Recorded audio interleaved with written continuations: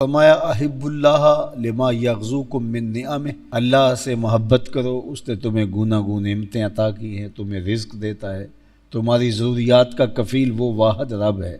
وَأَحِبُّونِي بِحُبِّ اللہ، اور میرے سے پیار کرو کہ میں تمہارے رب کا بھی محبوب ہوں، اور اللہ کی محبت پانے کے لیے تمہیں مجھ سے پیار کرنا۔ اور تیسری چیز جو ارشاد فرمائی وہ یہ وَأَحِبُّ أَهْلَ بَيْتِي لِحُبِّي، اور میرے اہل بیت سے میری وجہ سے محبت کر، کہ وہ میری نسل ہے، میری اولاد ہے، میرے اہل بیت ہیں، میرے گھر والے ہیں، تو ان کے ساتھ تم نے محبت میری وجہ سے کر۔ تو حضور علیہ السلام نے اس حدیث پاک میں امت سے اس بات کا تقاضا کیا ہے کہ وہ میرے اہل بیت سے، اور اللہ تعالیٰ جل شانہ نے اپنے محبوب سے فرمایا کہ تم ارشاد کر دو کہ میں تم سے تبلیغ دین کا کوئی صلہ نہیں مانگتا، میرا صلہ مجھے میرا رب دے گا، لیکن میں تم سے اس چیز کا مطالبہ ضرور کرتا ہوں کہ میرے اہل بیت سے تم نے پیار کرنا ہوگا۔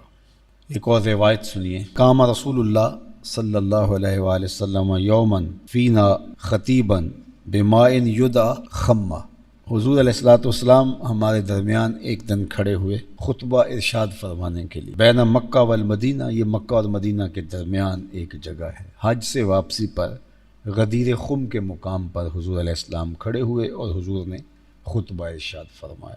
خطبہ بہت طویل ہے، اس کا ایک حصہ حضرت زید بن ارقم بیان فرماتے ہیں۔ فحمد اللہ واثنى علیہ، حضور نے اللہ کی حمد بیان کی اور اللہ کی ثنا بیان کی۔ ووعظ وذکر، اور پھر حضور نے واعظ و نصیحت کی، پھر تذکیر فرمائی آخرت کے بارے میں۔ ثم قال، اور پھر حضور علیہ الصلوۃ والسلام نے ارشاد فرمایا اما بعد الا ایھا الناس فانما انا بشر یوشک ان یاتی رسول ربی فاجیب، کہا کہ میں بشر ہوں، اللہ کا بلاوا میرے پاس بھی آئے گا تو میں اس پر لبیک کہہ جاؤں گا۔ جب پیغام موت آیا، اللہ نے مجھے بلا لیا تو میں اس دنیا میں نہیں ٹھہروں گا۔ وَأَنَا تَارِكٌ فِيكُمْ ثَقَلَيْنِ، لیکن میں تمہیں لاوارث چھوڑ کے نہیں جا رہا، تمہارے اندر دو بھاری چیزیں چھوڑ کے جا رہا ہوں۔ جن چیزوں کو حضور علیہ السلام بھی بھاری کہیں وہ کتنی بھاری ہوں گی؟ ثقل بوجھ کو کہتے ہیں، اور ثقلین دو بھاری چیزیں۔ اولہما کتاب اللہ، ان میں سے پہلی بھاری چیز، وزنی چیز اللہ کی کتاب قرآن مجید ہے۔ فیہ الہدی والنور، جس میں ہدایت ہے، جس میں روشنی ہے۔ فخذوا بکتاب اللہ واستمسکوا بہ، اللہ کی کتاب کو مضبوطی سے پکڑ لو اور اس کو اچھی طرح سے تھام لو، اس کتاب کے دامن کو نہ چھوڑنا۔ فحث علی کتاب اللہ ورغب فیہ، حضور نے کتاب اللہ کے ساتھ تمسک اختیار کرنے پر ترغیب دی اور لوگوں کو اس پر ابھارا کہ اس کتاب سے جڑ جاؤ، اس سے وابستگی حاصل کر لو، اس کتاب سے کبھی دوری اختیار نہ کرنا۔ پھر اس کے بعد ثم قال، اور پھر ارشاد فرمایا دوسری بھاری چیز جو تمہارے اندر میں چھوڑ کے جا رہا ہوں، اور وہ کیا ہے؟ وہ اہل بیتی، وہ میرے اہل بیت ہیں، وہ میرے گھر والے ہیں۔ اور پھر فرمایا اذکرکم اللہ فی اہل بیتی، میں تمہیں اپنے اہل بیت کے بارے میں اللہ سے ڈراتا ہوں، میں تمہیں اپنے اہل بیت کے بارے میں اللہ کی یاد دلاتا ہوں، میں اپنے اہل بیت کے بارے میں تمہیں تذکیر کرتا ہوں، نصیحت کرتا ہوں۔ یہ ایک بار نہیں کہا، 3 مرتبہ کہا۔ نگاہ نبوت دیکھ رہی تھی کہ اہل بیت کے لیے لوگوں کے رویے کیسے ہو جائیں گے، تو اس لیے اللہ کے محبوب علیہ السلام نے 3 مرتبہ فرمایا کہ میں تمہیں اپنے اہل بیت کے بارے میں اللہ سے ڈراتا ہوں، اور فرمایا کہ ان کا معاملہ محبت کا میری وجہ سے ہے۔ اہل بیت کے ساتھ جو تم پیار کر رہے ہو، ان کے اگر کسی کے عمل بہت اچھے ہیں اور کسی کا طرز زندگی بہت خوبصورت ہے، بہت بڑا فقیہ اور عالم ہے، تو اس کی فقاہت، اس کا علم، اس کا زہد و تقوی، اس کی وجہ سے تو تم کسی سے بھی پیار کرو گے، لیکن ان سے پیار تم نے میری وجہ سے کرنا ہے۔ یہ الگ بات ہے کہ یہ اہل بیت بھی زہد کے اعلیٰ مقام پہ فائز المرام ہے۔ سیدہ زہرا سلام اللہ علیہا فرماتی ہیں اے اللہ، تیری راتیں اتنی چھوٹی ہیں کہ تیری بندی کا ذوق بندگی ہی پورا نہیں ہوتا، ایک رات تو اتنی لمبی کر دے کہ جی بھر کے تجھے سجدہ کر۔ سیدنا علی المرتضیٰ رضی اللہ تعالیٰ عنہ نماز میں ہے اور جسم میں تیر پیوست تھا، اور نماز میں ایسا انہماک ہوا کہ لوگوں نے تیر کھینچ لیا، جب سلام پھرا تو پھر اس کا آپ کو پھر پتہ چلا کہ میرے بدن سے تیر نکالا گیا ہے۔ یہ انہماک تھا عبادت میں۔ حضرت امام حسین رضی اللہ تعالی عنہ کا سر تو کٹا ہی سجدے میں ہے۔ تو زہد کے جس مقام پر ہیں، صبر و رضا کے جس مقام پہ ہیں، عظمتوں کی جس معراج پر ہیں، کیا کہنے۔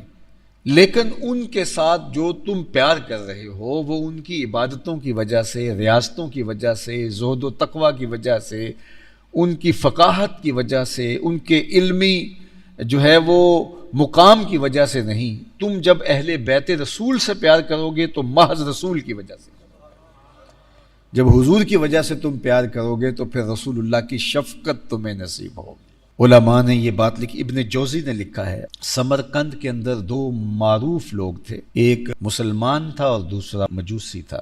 تو ایک خاتون جو ہرات سے تھی اور بیوہ ہو گئی اور تھی حضور علیہ السلام کی اولاد سے، تو وہ اپنے بچوں کو لے کر کے فاقوں سے مجبور ہو کے سمرقند پہنچتی ہے، پوچھتی ہے لوگوں سے کہ یہاں کوئی ہے جو مجبور لوگوں کی مدد کرتا ہو۔ تو لوگوں نے کہا کہ یہ دو لوگ ہیں، ایک مجوسی ہے اور ایک مسلمان ہے۔ تو اس نے سوچا مجھے مسلمان کے پاس ہی جانا چاہیے، اور وہ گئی اور جا کر کے کہا کہ میں حضور علیہ السلام کی اولاد سے ہوں، میرا شوہر فوت ہو گیا اور یہ چھوٹے چھوٹے بچے ہیں، میں چاہتی ہوں کہ آپ میری مدد کریں تاکہ میں اپنے بچوں کی کفالت کر پاؤں۔ اس نے کہا اس خاتون کو کہ تو نسل رسول ہے، تو سیدہ ہے، اس کا تیرے پاس ثبوت کیا ہے؟ تو اس نے کہا کہ میں مفلوق الحق خاتون ہوں، شجرہ لیے ساتھ تو نہیں پھر رہی، بس میں نے کہہ دیا ہے، اس پر اعتبار کیا جائے۔ اس نے کہا نہیں، ثبوت فراہم کرنا ہوگا، روز لوگ آتے ہیں۔ تو خیر یہ مجبور تھی، تو وہاں سے اٹھی اور اس مجوسی کے ہاں چلی گئی اور جس کو جا کے اپنا حال سنایا، دکھڑا بتایا اور کہا کہ میں مسلمانوں کے نبی کی نسل سے ہوں۔ اس نے کہا کہ ٹھیک ہے، اس کو گھر دے دیا، اس کو ضرورت اس کی پوری کر دی، بچوں نے کھانا کھایا، سوئے۔ اب یہ مسلمان جو تھا یہ بھی سو گیا۔ رات خواب میں کیا منظر دیکھتا ہے کہ جنت میں خوبصورت محل ہے اور اللہ کے محبوب علیہ السلام وہاں کھڑے ہیں۔ تو یہ آگے بڑھا اور کہا کہ حضور یہ محل کس کا ہے؟ فرمایا یہ ایک مسلمان کا ہے۔ تو کہا کہ حضور مجھے دے دیجئے، میں بھی مسلمان ہوں۔ فرمایا تمہارے مسلمان ہونے کا ثبوت کیا ہے؟ بس پریشان ہو گیا کہ یہ تو جو دن کا ماجرا تھا آج لینے کے دینے پڑ گئے۔ تو روتا پیٹتا ہوا جو ہے وہ بےتاب ہوا، تو اسی میں آنکھ کھل گئی اور لوگوں کو پوچھتا پھرتا ہے کہ وہ ایک سید زادی تھی، اس کے ساتھ یتیم بچے تھے۔ تو کسی کو پتہ ہو تو کسی نے بتایا کہ وہ تو فلاں جو ساہوکار ہے، فلاں جو امیر شخص ہے مجوسی، اس نے ان کو مکان دے دیا ہے اور ان کی ضرورت کو پورا کر دیا ہے۔ تو اس کے دروازے پر گیا اور دستک دی، وہ باہر آیا، صبح کا وقت تھا، کہا 300 دینار تجھے دیتا ہوں، وہ مہمان ہمارے نبی کی بیٹی ہیں، تو آپ کو تو حق نہیں بنتا کہ ان کو رکھے۔ تو اس نے کہا کہ میں پیسوں کی عوض یہ سودا نہیں کروں گا، میں نے تو بن دیکھے سودا کیا تھا، اب تو دیکھ لیا ہے۔ اس نے کہا کیا ماجرا ہوا؟ اس نے کہا کہ خواب میں جہاں سے تجھے دھکے ملے تھے وہیں مجھے فرمایا گیا کہ تو نے میری بیٹی کو پناہ دی ہے، میں تیری نسل کو بھی جنت کی ضمانت دیتا ہوں، اور میں تو حضور علیہ السلام کے ہاتھ پہ کلمہ پڑھ کے اسلام قبول کر چکا ہوں۔ اللہ اکبر۔ تو فرمایا کہ احبو لأہل بیتی لحبی، میرے اہل بیت سے میری وجہ سے محبت کرو، میری وجہ سے ان سے پیار کرو۔ عمل میں کوتاہی بھی ہو، یہ ایک فطری بات ہے، کسی کی اولاد سے آپ پیار کریں گے تو اس کے باپ کے دل میں آپ کے لیے محبت پیدا ہو۔ تو اللہ کے محبوب علیہ السلام کی نسل سے، حضور کی اولاد سے، بالخصوص حضور کے شہزادگان حضرت امام حسن اور امام حسین رضی اللہ تعالی عنہما، یعنی حضور نے اپنے فرزند قرار دیا، اپنے بیٹے قرار دیا۔ ابنی حاضہ، یہ میرا بیٹا ہے، یہ لفظ کہے حضور علیہ السلام نے، ان کے لیے ابن کا لفظ استعمال کیا۔